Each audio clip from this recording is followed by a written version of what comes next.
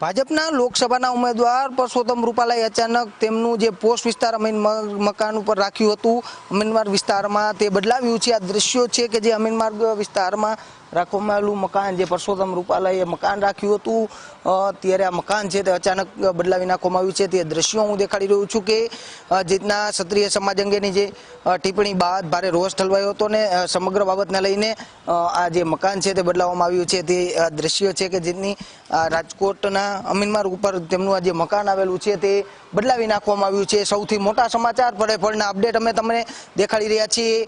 તેઓએ મકાન શા માટે બદલાવ્યું તે મોટો સવાલ ઉઠી રહ્યો છે। ક્ષત્રિય સમાજ અંગેની ટિપ્પણી કર્યા બાદનું તેમને આ જે મકાન છે તે રાતોરાત બદલી અને મવડી વિસ્તારમાં રહેવા ચાલ્યા ગયા છે, ફ્લેટમાં રહેવા ચાલ્યા ગયા છે।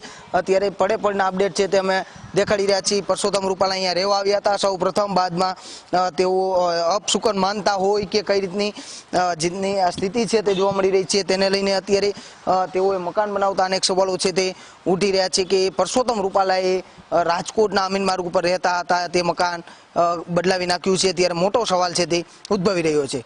કેમેરામેન જુનેદ સાથે Sunny mayor, VTV news, Rajkot.